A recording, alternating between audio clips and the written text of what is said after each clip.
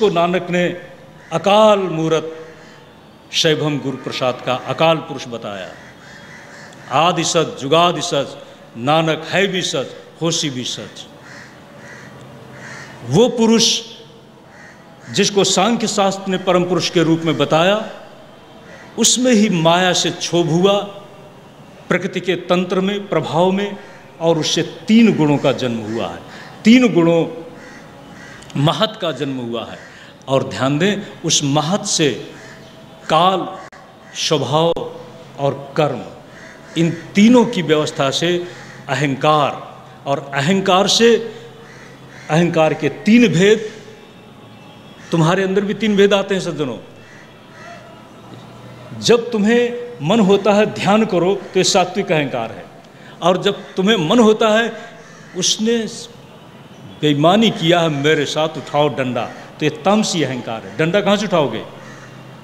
डंडा। और जब तुम्हारे मन में आता है कि कुछ कमाना है, तो यह है राजसी अहंकार। 3 प्रकार के अहंकार हैं।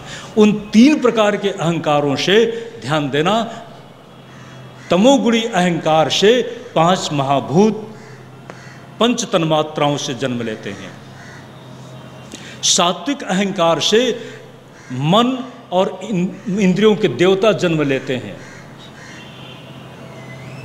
राजसी अहंकार से, और सात्विक अहंकार से इंद्रियां जन्म लेती हैं।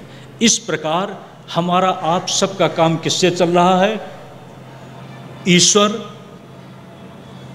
प्रकृति, माया, मैं, अहंकार, 5 ज्ञानेंद्री, 5 कर्मेंद्री, और इनके जो देवता, और इसी के साथ मन, और द्रव्य के रूप में 5 महाभूत, और 5 महाभूतों में उनके अलग अलग हैं गुण। आकाश का गुण है शब्द, और वायु का गुण है स्पर्श। शब्द गुणकम आकाशः, न्याय दर्शन। वायु स्पर्शवान रूप रहिता स्पर्शवान वायु, आकाशात वायु, आकाश से वायु। तो ध्यान दें, आकाश का गुण शब्द, वायु का गुण स्पर्श, इसी तरह से अग्नि का गुण जलाना, उष्णता, तेज, और जल का गुण है स्नेह, और पृथ्वी का गुण है गंध। सज्जनों, आप सबकी प्रवृत्ति इसी में तो चल रही है ना। इन्हें बताया है, समझने के लिए समझ लो। आपने मोटर देखी है ना, मोटर देखी है, चाहे मर्सिडीज हो, और चाहे एक्सेंट हो, चाहे टोयोटा हो, चाहे कोई भी हो, हर मोटर में ये सब मशीनरी एक ही होती है।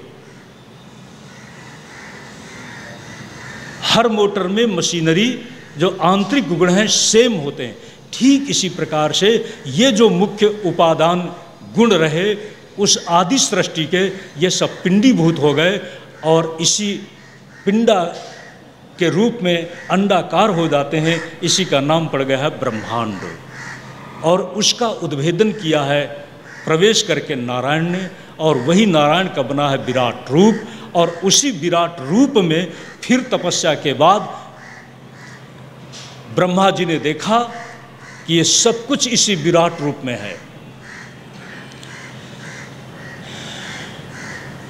यथा सुदीप्तात् पावकात् विस्फुलिंगा प्रवन्ते सहस्रता स्वरूपा, तथा सहस्रता प्रजायन्ते तत्रापि चैवापि तत्र चैवापि तथाक्षरात् विविधा सौम्य भावा। एतस्मात् जायते प्राणः मनः सर्वेन्द्रियाणि च खम वायु ज्योतिरूपा पृथ्वी विश्वस्य धारिणी।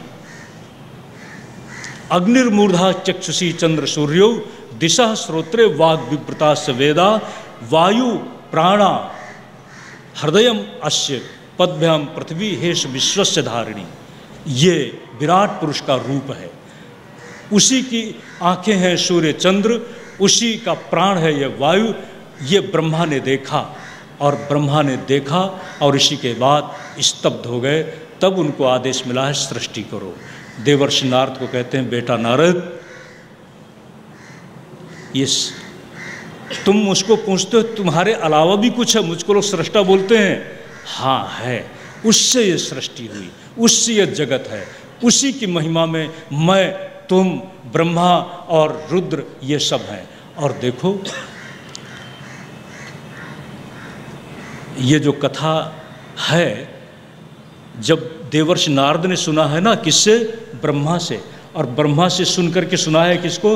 व्यास को, और व्यास जी ने किया है भागवत की रचना, और उस रचना को उन्होंने पढ़ाया सुखदेव जी को, और सुखदेव जी सुनाते हैं परीक्षित को। ये वो परीक्षित हैं जिनको आपने बहुत बार सुना है।